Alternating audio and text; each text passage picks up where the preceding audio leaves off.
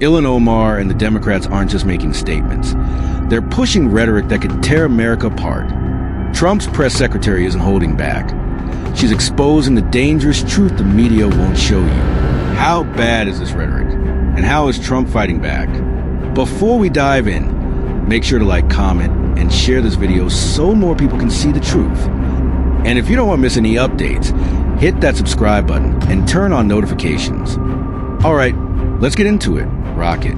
The latest statements from Ilhan Omar and other Democrat leaders have caused an uproar, with many calling their words reckless and even dangerous.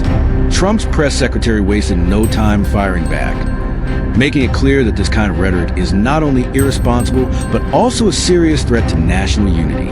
Omar's recent remarks have been labeled as incitement, with critics arguing that her words could lead to real-world consequences. The Trump administration isn't letting this slide.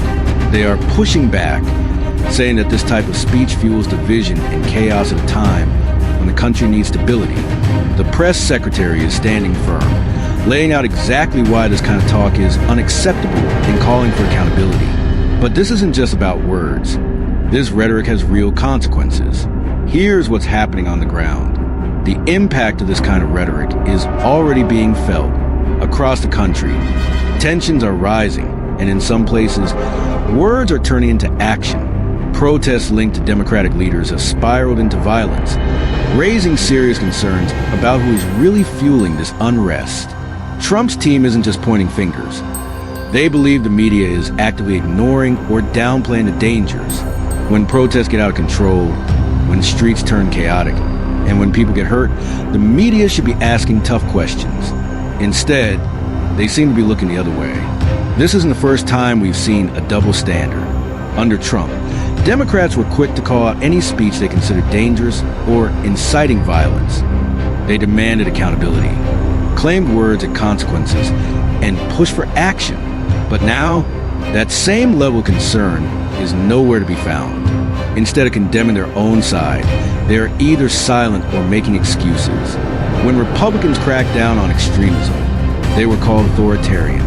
But when it's their turn to take responsibility, they simply ignore it. But it doesn't stop there. This toxic rhetoric is fueling a major crisis at the border. The situation at the border is spiraling out of control, and the Biden administration's weak policies are only making things worse. Every day, thousands of people are crossing illegally, overwhelming border agents and putting American communities at risk. Trump's team isn't just standing by. They're pushing a new immigration plan designed to fix the mess. Stronger enforcement, tighter security, and real consequences for illegal crossings. But right now, criminals, cartel members, and traffickers are slipping through the cracks, taking advantage of the chaos. And who's making it easier for them? Democrat leaders. Their policies and their words are encouraging this crisis. Instead of securing the border, they're pushing for amnesty, handouts, and fewer restrictions. Ilhan Omar, in particular, has been vocal about her desire to dismantle ICE altogether. No border security, no enforcement, no plan to stop the flood of illegal crossings. But Trump's press secretary isn't letting that slide. She's laying out the facts, exposing how the left's talking points don't match reality, and making it clear why enforcing immigration laws isn't just a policy issue. It's a matter of national security. And speaking of international chaos, Trump's approach to the Middle East is making headlines. The crisis in Gaza is getting worse, and many blame Biden's weak leadership for the escalating violence. Instead of taking a strong stance, his administration has sent mixed signals, allowing the situation to spiral out of control. Under Trump, the region saw historic peace deals, but now the chaos is back.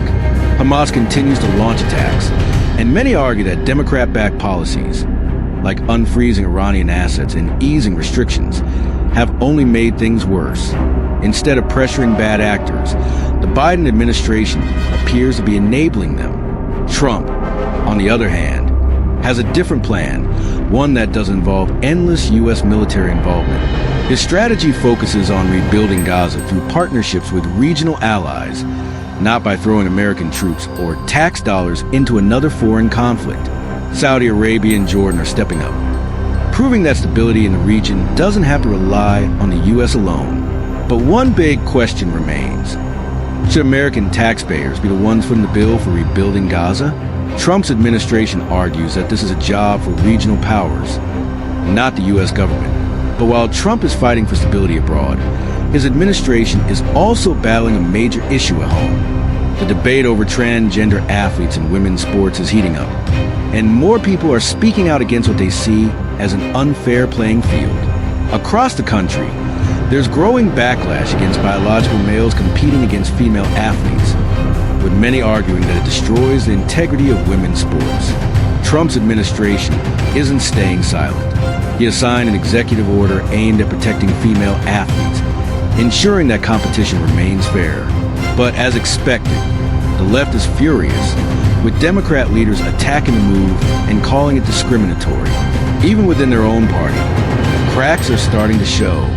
Some feminists, who have fought for women's rights for decades, are now clashing with the Democratic establishment over this issue. They argue that allowing biological males in women's sports is erasing the progress they've made. This fight isn't just political. It's becoming a major legal battle. Schools and sports organizations are being forced to take a stance, some refusing to comply. The Olympic Committee is now facing its own crisis. Will they allow biological males to compete in women's categories? Trump's press secretary isn't backing down. She's making it clear that this isn't about politics. It's about fairness, science, and protecting opportunities for female athletes. And now, the administration is taking its fight directly to the media. Trump's administration is making it clear they're done using taxpayer dollars to fund biased media. A major announcement reveals that federal subsidies for outlets like Politico, which have received over $8 million in taxpayer money, are being cut. The press secretary didn't hold back, stating that media should serve the interests of the American people, not push political agendas. The message is simple.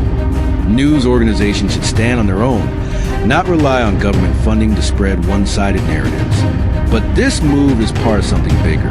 The administration is pushing for a full review of government spending, cutting waste wherever possible. Every program, every expense, and every taxpayer dollar is being looked at to make sure money is going where it actually needed. The question the press secretary posed was blunt. Why are we funding propaganda instead of protecting American families? This isn't just about media. It's about ensuring the government is working for people, not special interests. And now, as the administration takes bold action, the White House Correspondents' Dinner sparks new controversy. The White House Correspondents' Dinner is making headlines for all the wrong reasons. This year's host, comedian Amber Ruffin, is known for her anti-Trump jokes, and many see her selection as yet another example of the media's obsession with attacking Trump, with the event shaping up to be a predictable roast of his administration.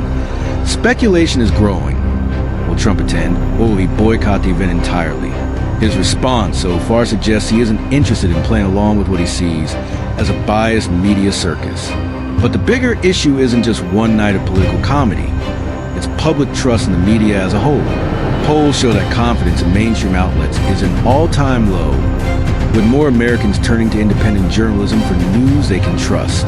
People are tired of the one-sided narratives, and Trump knows it. That's why his administration is focusing on bypassing traditional media altogether, using direct communication and alternative platforms to get their message out.